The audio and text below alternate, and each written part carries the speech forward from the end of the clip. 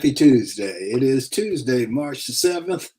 Wow, where is the time going? It's already the 66th day of the year. Excuse me. 299 days left in 2023. And welcome to another edition of Tuesdays with Thom. Let me just deviate from what I was going to say here for a minute and say this is our 127th show. We've been doing this now, I guess, for 2.5 years, and everything has gone well, with the exception of the last 2 or 3 attempts. And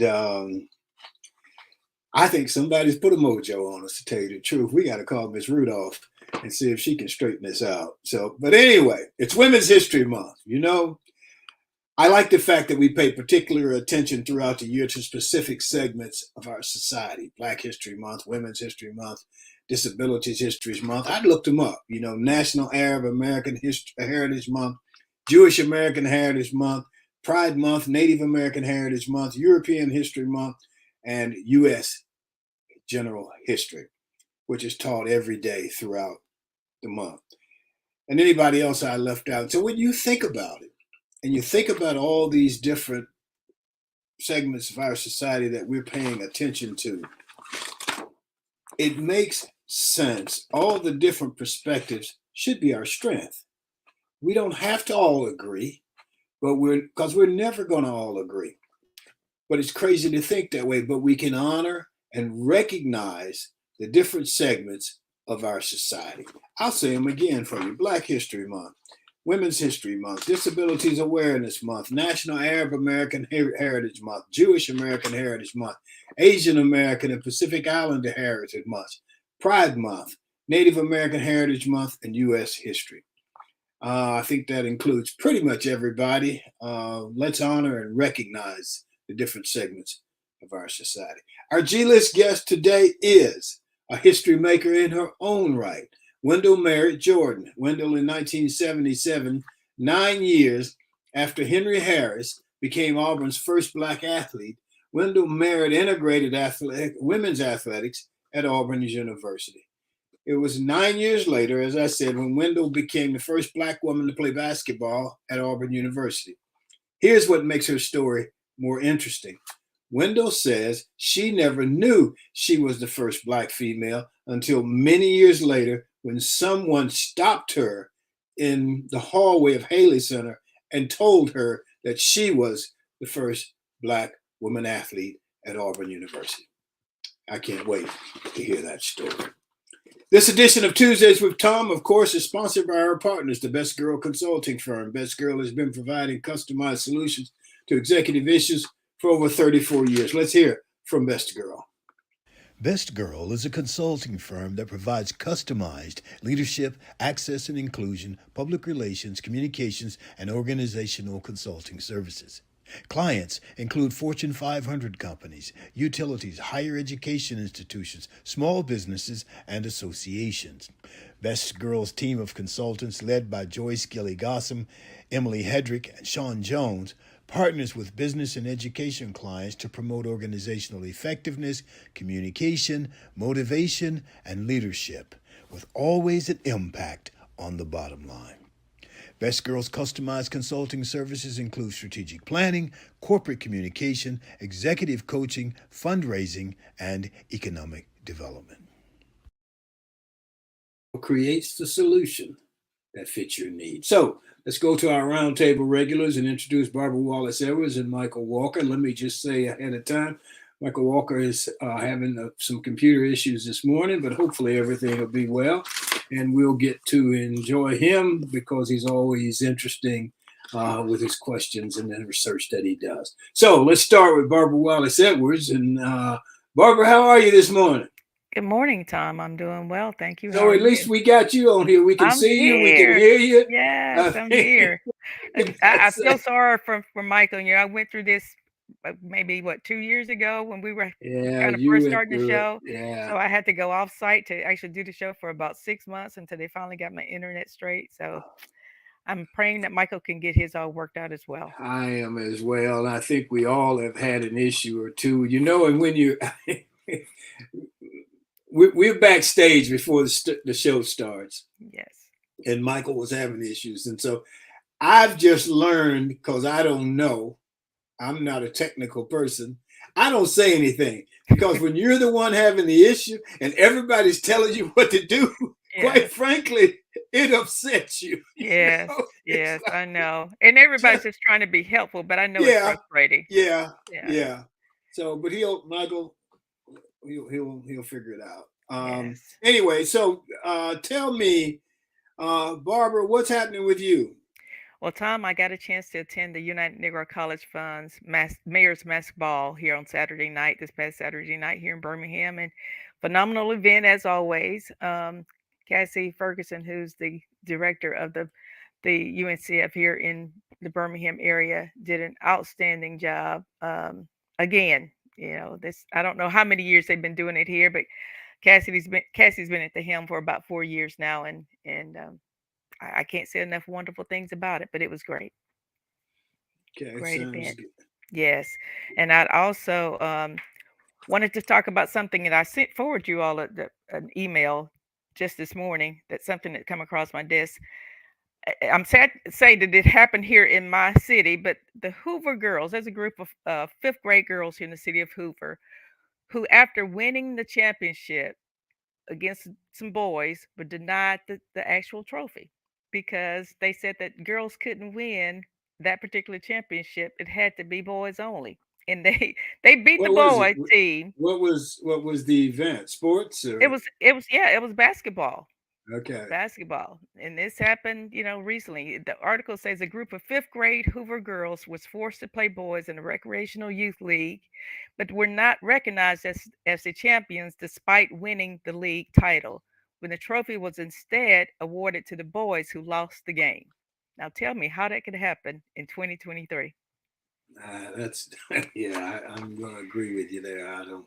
Yeah, there's a big uproar in the city about it. I can imagine. The city manager says he's looking into the matter, but how much research do you have to do? The city of Hoover? The city manager is looking into the matter. But it's the city of Hoover. It's the city of Hoover. Oh yes, this is Wow, that's well, and as the world turns, as they say. Yes, as the world turns. Well, congratulations to the young girls, and just keep playing. Absolutely.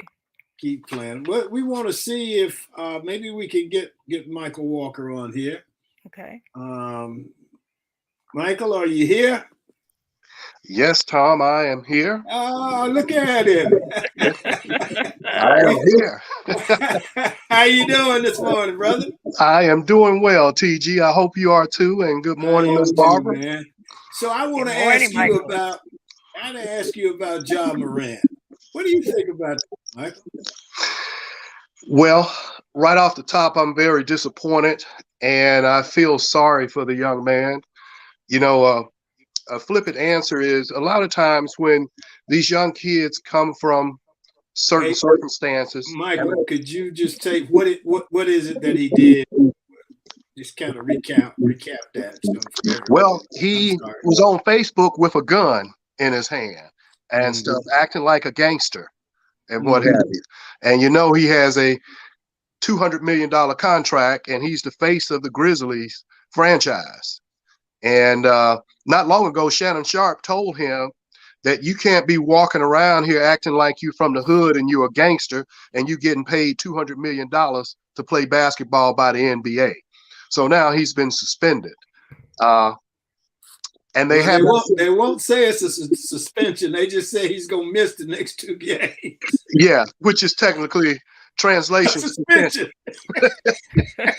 Yeah, technically. Go ahead, Michael. Go ahead. Yeah, and Shannon Sharp had chastised him before about this. And, he had an incident where he was playing in a pickup game and he punched a teenager during the game. Yeah. And I think that kind of set everything off. And it's been one thing after another as a result of that. Yeah. And I guess he kind of, well, for me, he came on the scene like last year. And but you could tell. I mean, the way I see he played, and if he doesn't get the foul call, he pouts like a child. I mean, he pouts, he drives in there, he expects them to call a foul on the other guy. Right. And I hope, and I think the other thing that's interesting, he had this gun, he's waving a gun, my understanding.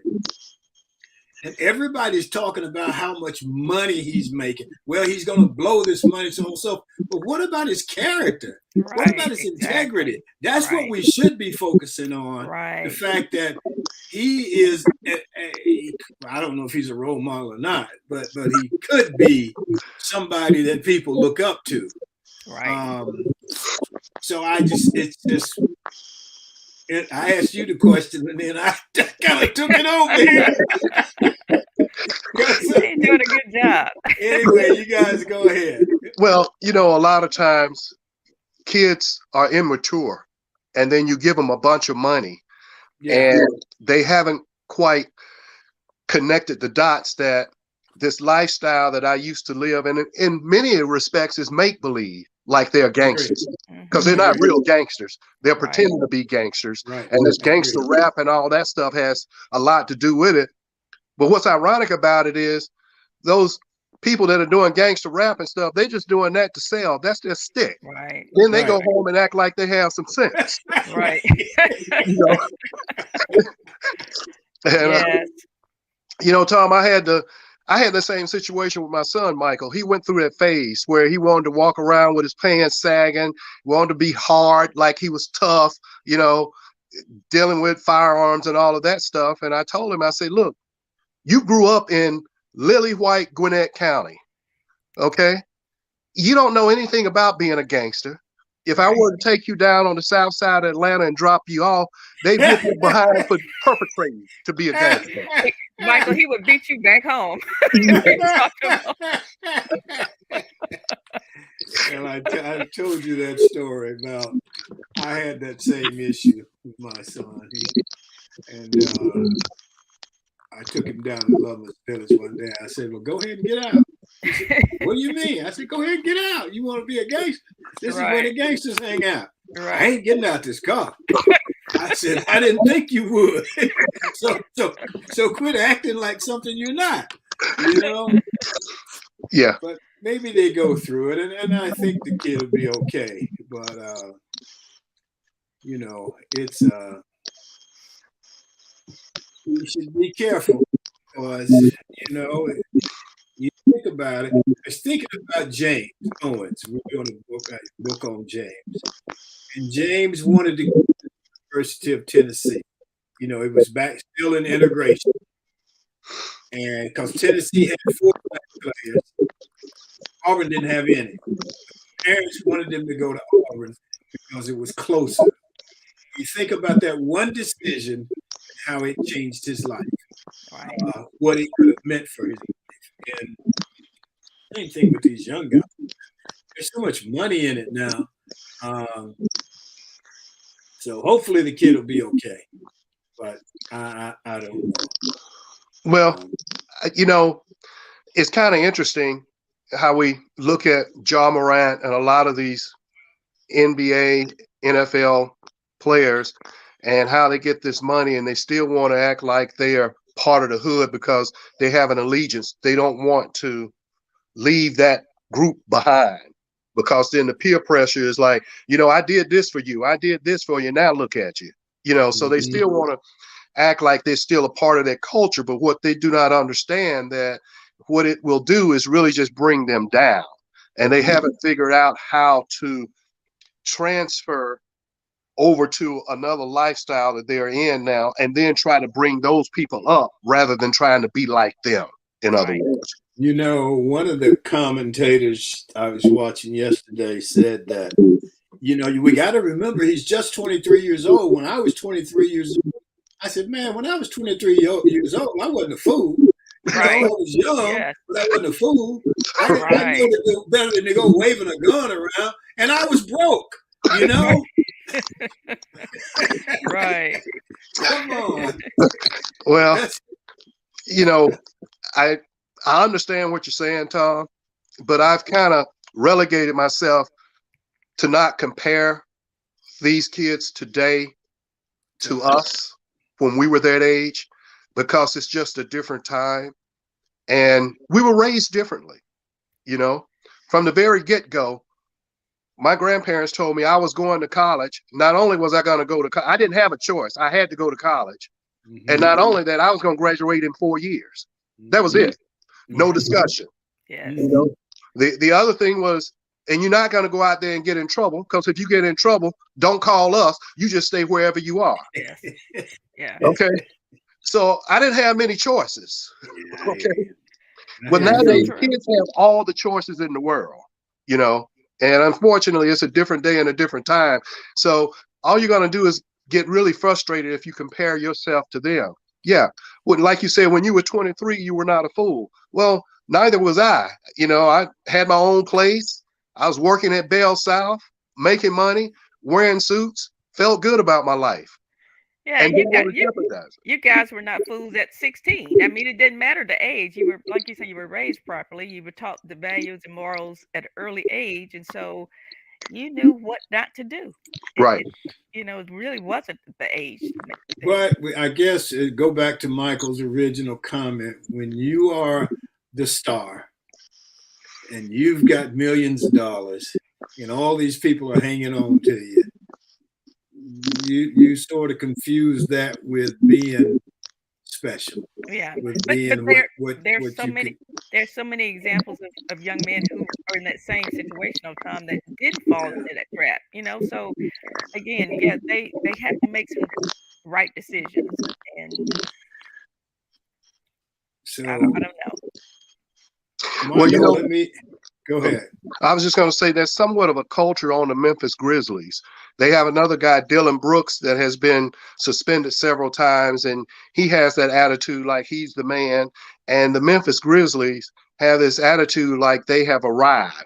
They have this thing going against the Warriors and the Lakers, and they feel like it's almost like they're trying to be the bad boys, the Detroit Pistons bad boys. Yeah. But they don't quite know how to do it, you know. Right. And they don't win when they play the Lakers and the Warriors. Right. Michael, I'm going to change the subject for a second and talk about your last week. I know you were in Washington and you were supposed to meet Senator Warnock, and you told me that didn't go through, but you want to talk about your week last week. Well, absolutely. I spent the last week in Washington, D.C., and it was our opportunity. As most people know, I'm in the insurance business, and we had a fly-in where we spent time with elected officials to discuss healthcare issues, things that impact everyday citizens. And Mike, I remind you, these are bipartisan issues. It's not partisan, it's bipartisan. Although I didn't get a chance to meet with Senator Warnock, I met with his legislative aide, Barbara, and I gave her a handheld copy of the Constitution and asked for his autograph for you so that you can get that. Thank you, and sir. I also met with Rich McCormick's office. He wasn't in. There was some stuff going on that everybody was out. So very few people were able to meet with that elected officials. But when I met with Rich McCormick's legislative aide, Lori, I told her the story about how I set Thom up by describing Rich McCormick and his response. And she just got a kick out of it. She just loved it and stuff. And so she said, I can't wait to tell Rich about it. And I'll get that autograph for you. So I'll end up getting those autographs for you. It may take a minute. But to give you an example of one of the issues we were talking about, and this is something that's happening all around, there's been a lot of mergers and acquisitions of doctors' offices by hospitals. And one issue that has surfaced is that, say, an independent practitioner has an office, has a clientele built up, and now because a lot of regulations and everything, a hospital may come in and purchase his business from him, and he end up going to work for him. But what that does is drive up the cost of services that he was offering to his patients. For instance, you may go to his office and get an MRI that costs, say, $150. Now that this hospital has purchased his business and added the overhead and all that, that MRI that costs $150 now may cost $1,050. or something like that, just because it's now part of a big conglomerate. And so that was one of the issues that we were articulating to our elected officials, that we need to have neutral site pricing, because it's the same procedure that's being done. It's just the difference is now, instead of being an independent practitioner, he's part of a hospital conglomerate, and they're adding all these extra charges, and who gets hurt is the consumer. So those are the type of issues that we talk about up there. If you go in for some surgery or something, if you ever look at the bill, man, it's incredible what they charge you for. They charge you for everything. Yes. I mean, toilet tissue, everything. They're going to charge you for it. And it's just an exuberant price.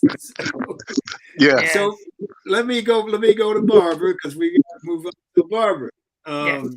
You were at women's basketball game this past week again? Is that right? 2 weekends ago, yes. I was at the women's basketball game at Auburn. And who was were you a coach? No, I was not the coach for that particular game. Actually, Marianne Merritt-Jordan, who was Wendell Merritt-Jordan's high school. They play high school ball together and in basketball at Auburn. She was coach for them, and Wendell Merritt-Jordan was the actual celebrity the letter holder for the game, for that particular game. So both of those women were recognized, and I was just delighted to be there with them. And Auburn actually beat Vanderbilt that particular day, so it was a great day all around. But so you got some photos we'll talk about for this us? A little bit more. You got some photos? I didn't. I don't think Sean has those photos. I never sent those photos to her, but we do have photos, and we'll be showing. We can share them on our Facebook page. Yes. Sounds good. Anything else you guys got before we move on? Okay. Well, let's move on and have Sean do Got a Minute. Sean, can you do Got a Minute for us? You got a minute for us, I guess is the way to ask it.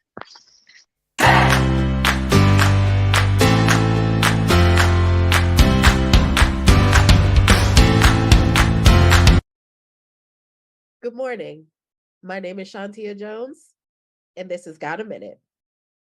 It's already February 7th, with Valentine's Day slowly sneaking up on us. I know some people like to go all out for the holiday.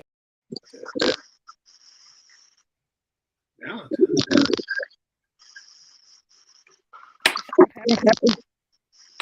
think we lost you, Sean. Okay. I'm sorry.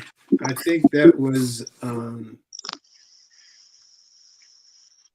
maybe an old clip. Last month. Right. Yeah. Sean, are you there? Okay, well, we're gonna move on. I don't know what has happened here. Anyway, so Hollywood's got the A-list, and here on Tuesdays with Thom, and our G-list guest today is Wendell Merritt-Jordan. She was the first Black woman to play basketball for the women at Auburn University, and let's see if we can get her on. I know we had some trouble with her video early on, but good morning. Are you there? How are you? Good morning. Good morning. Yes, I'm here. Good morning, all. Great. How are you doing today? I can't complain. I'm sitting here in Warner Robins, Georgia. The sun is trying to peek his head. So all is well. All is well. It's a beautiful day. So yes, let me ask you this question. Being a one of the first,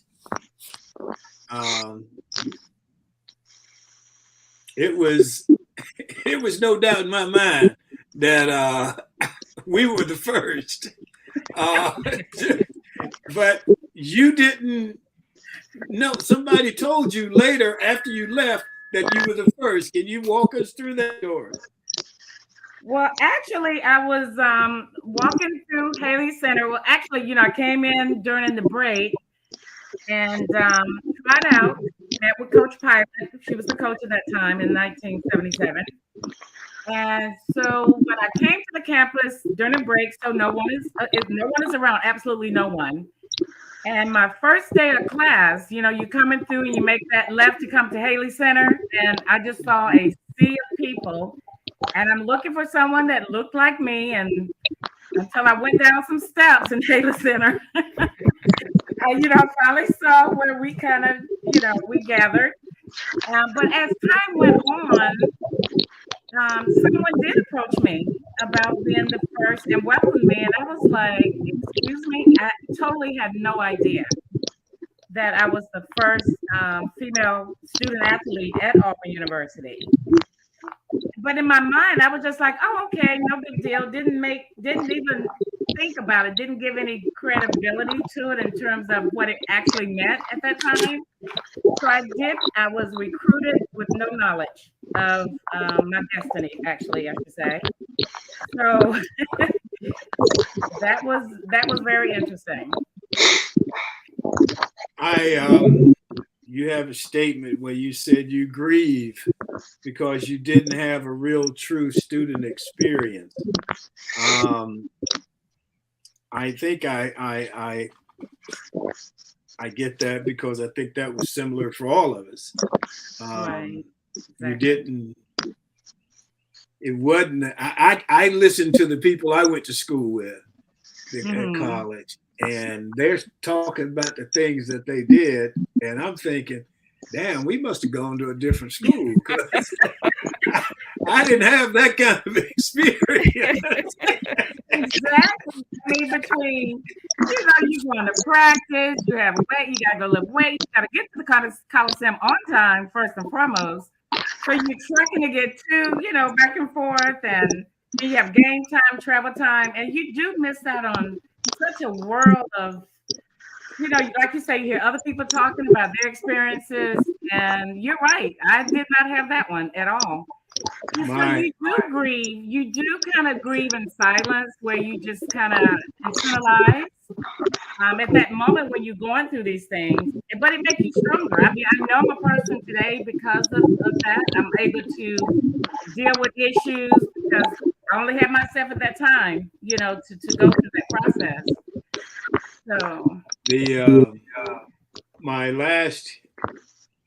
we were on the quarter system, and I could have graduated in the fall, but I held over one class, and I had one class in the winter, so I could see what everybody else was doing.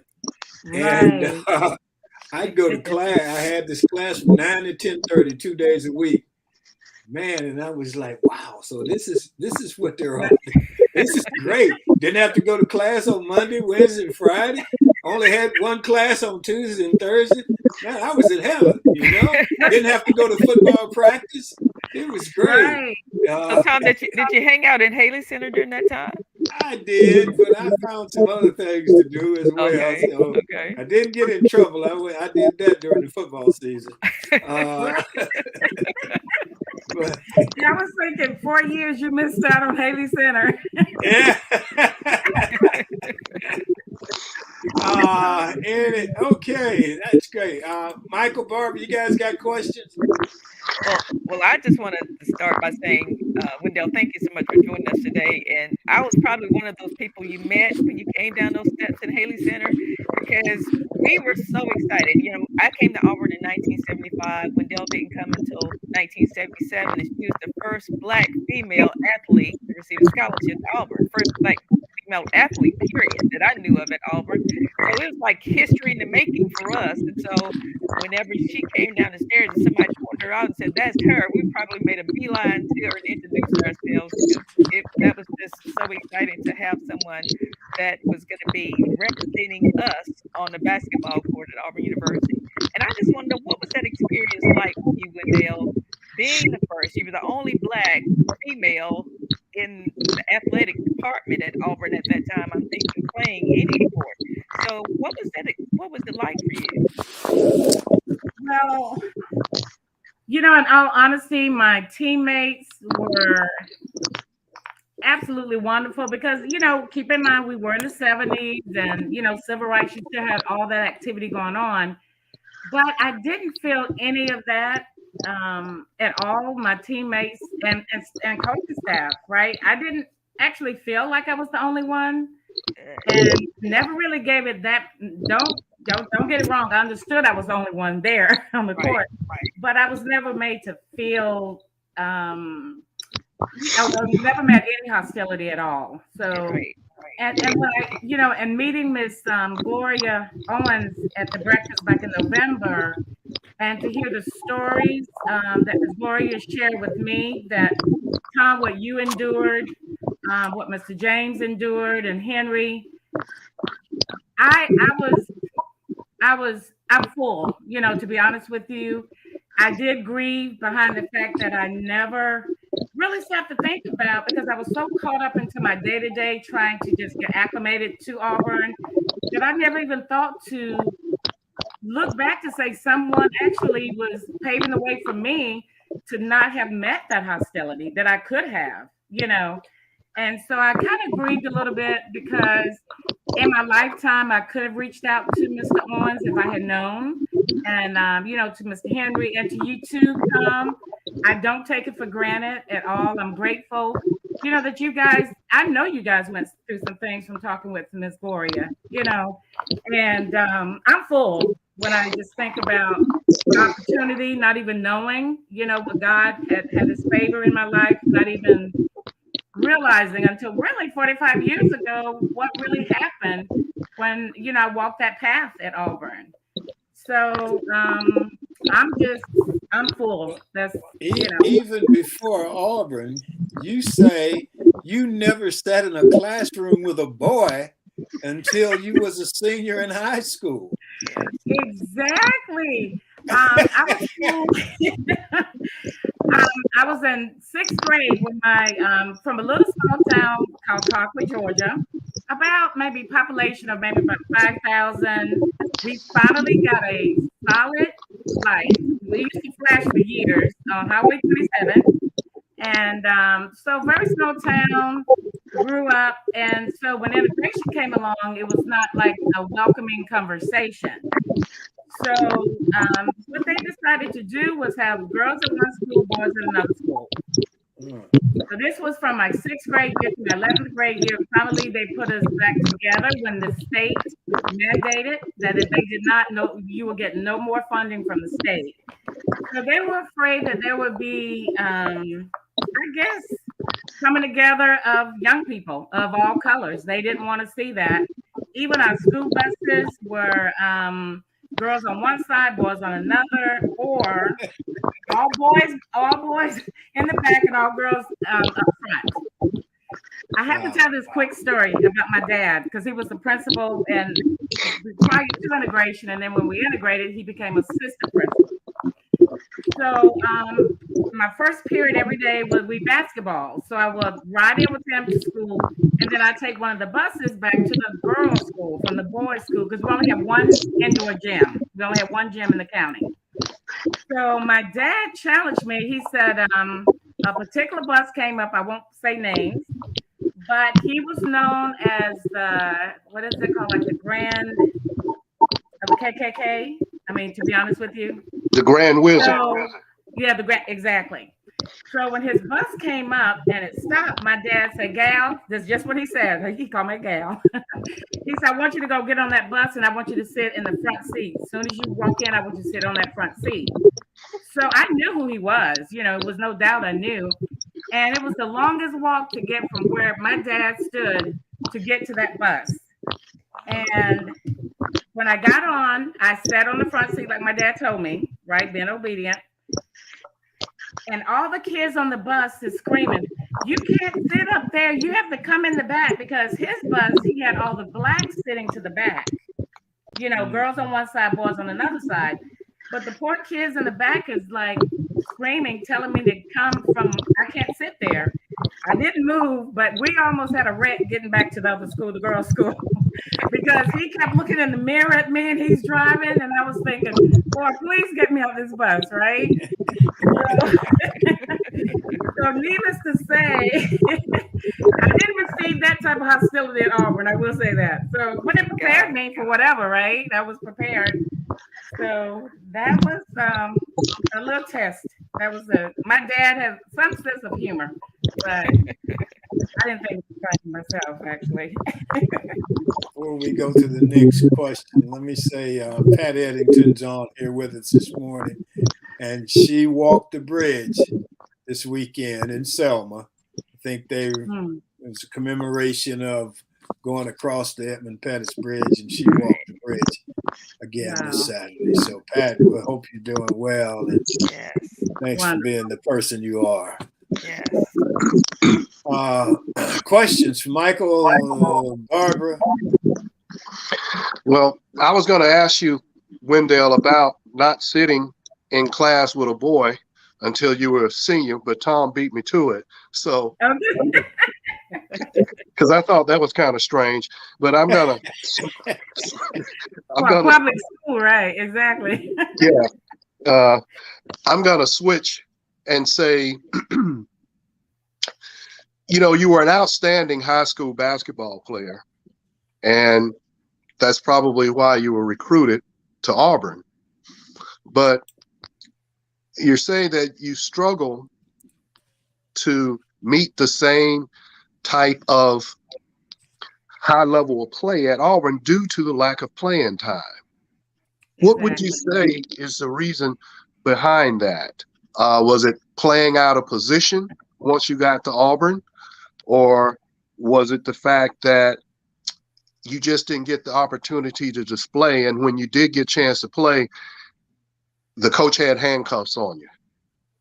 Right. Nicely put, Michael. It is a combination of things. When you do come in as a freshman, you do have to pay that respect to the teammates that was there prior to you. But I still feel, even though you're there before me, like Charles Barkley, he, as a freshman, he didn't care if he was a senior, junior. He's gonna gain his position, right? But I do feel like I went in, I showed up at practice, I put in 100%, I showed up, I did everything that was required of me. Did not get the playing time that I deserved. I don't feel like my skills were developed, to be 100% honest with you. I wasn't looking for any favoritism. I didn't expect anything extra because I was the only Black on the team. But I don't know, it was just those times where I did feel like I was a, a sparring partner. You getting someone else ready. You show up every day, you work hard, you put in the work. And so you're just preparing someone else, and that was, and then it became a thing where this is a business. I'm like, at that point, as time went on, and then I gained a second coach, and they came in with their group of girls. So that's when that whole business, you're like, okay, my first year, I give it to you, right? You got these seniors, juniors before me. I give you that. But as time went on, and then you switch coaches, then you got another era coming in. They're bringing in their group. And then it was like you just became invisible. So for me, it was like at that point, I understood why my mom and dad sent me to Auburn University. At the end of the day, it was to play ball, but it had a mean, there was an end to what was most important. And I gained that. So I really don't have, and I learned a lot. I learned a lot about myself. I knew what my mom and dad had put in me, and I had an opportunity to pull out some of those seeds that they had planted in me, sending me off all by my lonesome. That's how I felt, right? But I just think it was those times, where there might have been some allegiance to players before me, and then you bringing in new people with a new coach. So at that point, it was a business. I understood that, didn't like it, but I had a team that I had to support, even if I wasn't on the court. That's when you understand what teammates are about. You got to still support your team. These are girls that they're not making those decisions, and you have to respect the coaching staff. So I wasn't about second guessing them, but I understood exactly why I was there. It was to get a degree, So okay, Barbara. Yes, Wendell, I know you graduated from Auburn in '82 and left. Probably didn't come back for a very long time. And back in November, the James Owen Foundation with Gloria Owens invited you back to campus, honoring the trailblazers of the 1970s. And thank you for coming back to that event. And since that time, the women's head basketball coach, Coach Johnny Harris, and her assistant, Golden, have invited you back to campus to serve as a guest coach and back for another event to be the letter holder, celebrity letter holder. And what has changed at Auburn as far as athletics, women's athletics, since you left, just from your visits back? Wow. Yeah, my first visit back to just see just to mention the facility first and foremost, it was just overwhelming. I mean, it's absolutely gorgeous to have walked through the facility and the women's lockers room. And but outside of that, in terms of the dynamic of the team, it's totally opposite. 45 years later, the coaching staff looks like me, the players that look like me, right? And it is just, I was just really taken aback to just see how far, the program has come in those years. It's also, it's different in terms of people actually show up at the game for the women's games. Right. They have a band there playing. Yes. Yes. And I met Coach Pearl, and I saw players like the men players, basketball team players. So it is totally different, like just people having that interest, because it was a young program back in '77. It was just building. Right. And just to see where it is today and the energy, I love going to the games. I've been to 2 and I'm looking forward to next season, Right. Just a whole different, just I don't know, the energy was great. So Wendell, you were recruited, right? Yes. Okay. 4 years scholarship. Was there for 4 years. Okay. Questions, Michael Barber? Well, my question, Wendell, like a lot of us that attended Auburn, when you first graduated, you probably felt, I don't care if I ever go back there again. But as time passed, did you come to appreciate your experience at Auburn more? And what I mean by that, did you start to experience some benefits from the fact that you did go to Auburn and you graduated? Did it start to pay dividends for you as you later progressed in your career? And then you started to feel a sense of pride. Right. I think so, definitely, Michael. Because when you mention SEC first and foremost, especially being, in this area, that says a lot that you attended a SEC school first and foremost. It definitely looked wonderful on my resume. And even to this day, it still does. I mean, it's nothing not to be proud about. So over time, I did gain that because I did recognize in terms of networking, advancing within IBM Corporation, because, you also have alumni, and then, hey, it does what it does for you. So over time, I did appreciate that I did receive my degree, and to be able to mention Auburn, and because you're competing with other peers, coworkers, and everybody have their banners up and different activities. So I did wear my jersey proud, So I would say I did have an appreciation later, just from understanding the networking aspect of it. So I can't say anything negative on that at all. So you talk about the changes. What do you think about the NIL? Yeah. Everybody I asked who played during the other era, when you ask them, they laugh. Yes. Well, I attempted a couple of jobs, but obviously that didn't work out too well because you got to get the practice, right? Yeah. So I'm thumbs up for it. I know there's a lot of stipulations around it because I was trying to really gain a true understanding of how it worked, but I know it works better than what we had. I can tell you that,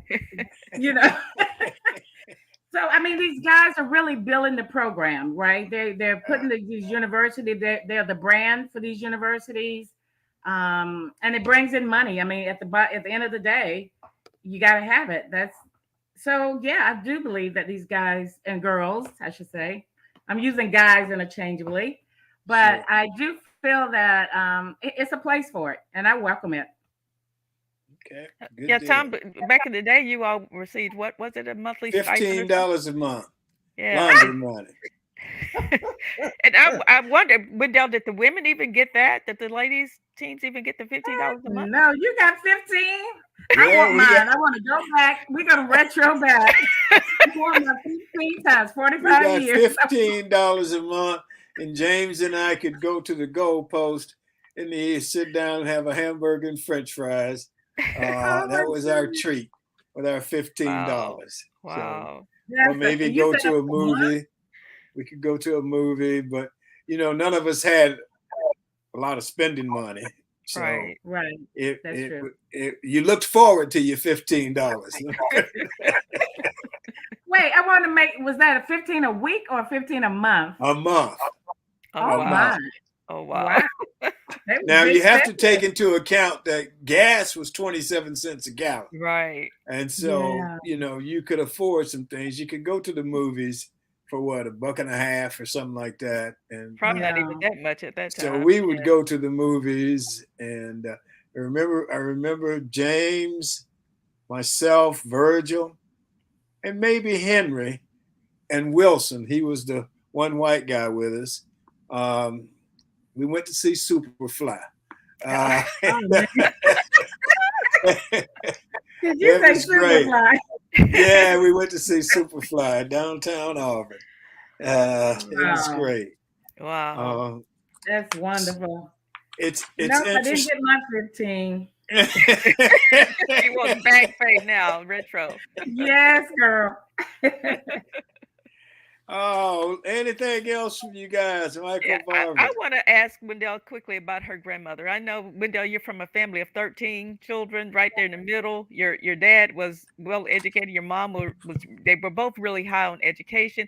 But you talked a little bit about in another interview, your grandmother, Miss Nellie Merritt, and the impact she had on your life. And tell us a little bit about her.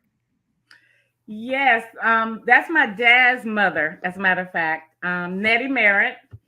She was, in terms of stature, she definitely didn't clear 5 feet at all.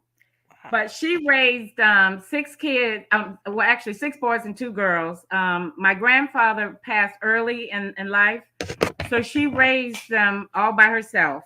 And when I talk about the statue less than 5 feet, they call her Sarge because, wow. And that name, trust and believe, it has every connotation behind it. And but they respected her so much. She ensured, this is a story I heard probably like a month ago now that I had never heard, that one of my siblings was telling me that when my granddaddy passed, my dad being the oldest of all the kids, he was in tears. He went to her and he was like, I'm not going to be able to go to school. He and another one of his brothers went to her crying, saying that now I can't go to college. I'm not going to be able to go to college. And she assured him that, no, you're going. Each and every one of you are going. And she raised 8 kids, each one of them educated. And yeah, when Sarge, we didn't care. My grandmother was awesome. I mean, she was a praying woman. Obviously, she had to have endured that, being a widow, raising these boys and, 2 girls. And just highly respected. As a matter of fact, she had a boarding house that my dad and his brothers built a home for her in Savannah, Georgia, which is probably a half a mile from the gates of Savannah College, their university now.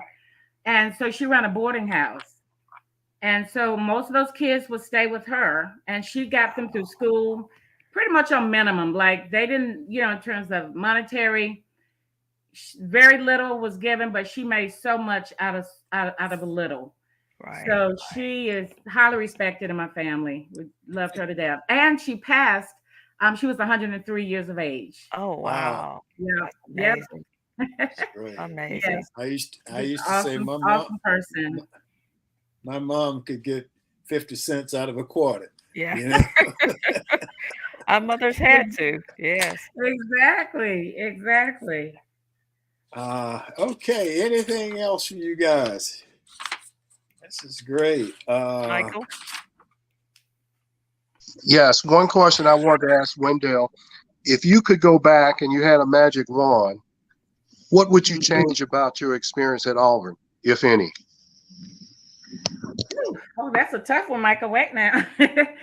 You know, that, and I, just coming from a spiritual perspective, because I know God, God doesn't make mistakes, right? Right. 45 years ago, he put me in that position where I was, right? Right. And I've taken so much away from that. I am who I am today. I know I'm the person I am today. I learned so much from, just being at Auburn, right? The good and the bad. And if I didn't have those experiences, I mean, who would I be today, right? So I say I cannot second guess. Of course, there's things that should have been different. But then, if you change all those things, then who would you be, right? So Right. I have my passions, things I'm passionate about. So I can't. I genuinely, I don't see myself changing anything, because from being just from a spiritual perspective, I know God's shown favor in my life, and so I'm good on that, to be honest with you. Well, let me take it a little further. If you could have played later, would you like to have played professionally? That's interesting. Hey, yes. Hey. Because the women now, not only do they play in the women's league here in the country, but they play all over the world now. Exactly. It's so funny because Marianne and I was talking. She was at the game on two Sundays ago. And so we caught up, and she started talking about high school, because she was a little upset that we won state when she left, right? She was like, you guys going to wait till I leave to win state. But she and I was just kind of reminiscing, and it just came back to me where she was talking about those passes that you would make, just like not telegraph passes. And sometimes it's this thing of where you're there with that person, you're coming down the court, and it's just that feeling that you get, knowing that you have somebody to your right, to your left, and they're going to be there no matter what assist you make. It wasn't even about always scoring, because I was a pretty good shooter, but it's just that passion and that thing of having somebody that just clicking with you in that moment. You have that moment, and you just clicking, and you're making these crazy passes, right? And so to be in the NBA and what these girls are bringing to the table, to be in that climate. Yes. And have those 6'9" girls that you just gonna, release it to them with, oh, yeah, I can see myself doing that. For sure. Oh man, okay. Yeah, Mary reminded me of those assists, that I didn't care if I ever scored. That it was just a feeling when you can pass it to the next person and they're there at all times. Let me ask you this, talking about the $15. Which didn't leave a lot of money for dates or things like that. So right. At your time at Auburn, what was your social life like? Did you go out on dates? Well, you're lucky if you did get a brother, right? It was so few. As a freshman, if you didn't get there real quick and claim and put your finger, get the claws in somebody, you're gonna totally miss out. But I did date one person, Barbara. You know what I'm talking about, right? Yeah, I know. You weren't expecting that, huh, Thom? No. You guys are making me too comfortable. I forgot. I'm on a podcast here. I'm a little too comfortable. I'm sorry. Oh, that's funny. Okay. Anything else from anybody? All right, we're gonna we're going to move on. Well, I tell you what we're going to do. We're going to go back and pick up. Sean's got a minute ready for us. Sean, you got a minute?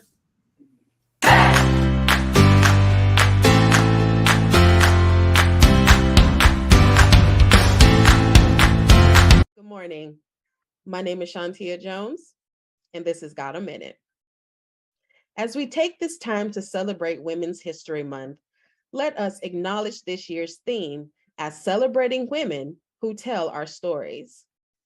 This theme recognizes women, past and present, who have been active in all forms of media and storytelling.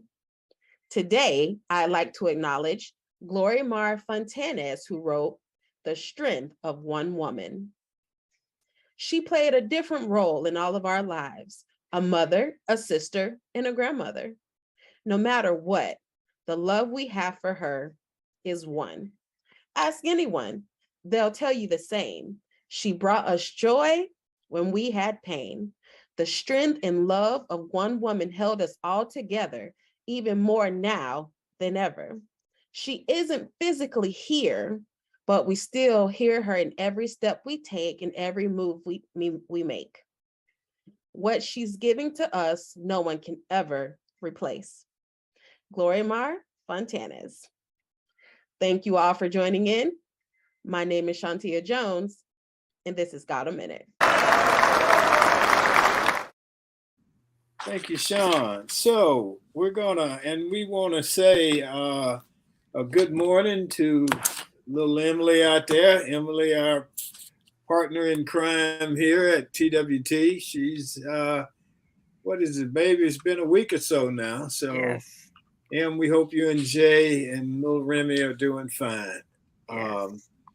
So my closing commentary for today, or as I see it, is a little history about women's history. 5 facts about Women's History Month. Women's History Month can trace its roots back to 1857. Women from various New York City factories protested the poor working conditions. The first Women's Day celebration in the United States was in 1909.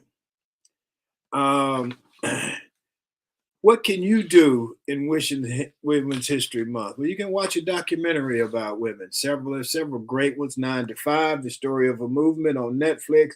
Feminists, what were they thinking on Netflix? Reverse and Row, also on Netflix. A Secret Love. She's Beautiful Since She's Angry, all on Netflix. Books about women's rights. Here are a few. Abolition Feminism Now, Angela Y. Davis. Bad Feminist, Roxane Gay. A Room of One's Own by Virginia Woolf. You can take a virtual museum tour. The National Women's History Museum is an innovative online museum that uncovers, interprets, and celebrates women's diverse contributions to society. You can donate to organizations in your community that support women and girls. The Malala Fund, Girls Inc., She Should Run, National Network of Abortion Funds, Girls Who Code. Celebrate. The National Women's History Museum has loads of thoughtful events on the calendar for March 2023, and you can even join some commemorative and educational events through the National Park Service. You can join a women's organization or club. Watch movies by women filmmakers. Nomadland, directed by Chloe Zhao. Little Women, directed by Greta Gerwig. Lady Bird, directed by Greta Gerwig. Wonder Woman, directed by Patty Jenkins. You can write a thank you note to the women in your life. Grab the stationery and glitter gel pen and harness the power of gratitude, whether it's your mom, your spouse, your sister, your best friend, or a teacher who inspired you years ago. I guess I could write a note to Miss Horn, who was one of my favorite teachers who certainly inspired me at John Carroll High School. The theme of Women's History Month for 2023 is celebrating women who tell our stories. I think Sean mentioned that. What are the colors of Women's History Month? The colors of Women's History Month are purple, green, and white. Each of these colors has their roots in the suffrage movement, but continue to have modern meanings today. White represents equality, truth, and freedom. Green represents hope and growth. Lastly, purple represents women's fights for suffrage. And finally, it's a quote, one of my favorite quotes, certainly it fits the women that I know, says, well-behaved women seldom make history. Laurel Thatcher Ulrich. And that is how I see it on this March the 7th in the year 2023. And that is our show for today. We want to thank the audience. We appreciate you. Thank our G-List guest, Wendell Merritt-Jordan. You were wonderful. It's great that you have re-engaged yourself at Auburn University. Thank our sponsor, Best Girl. Thank Michael, Barbara, Emily, and Joyce. And that's it on this March 7th in the year 2023. Remember to enjoy yourself. Make every day count. Stay safe. Peace.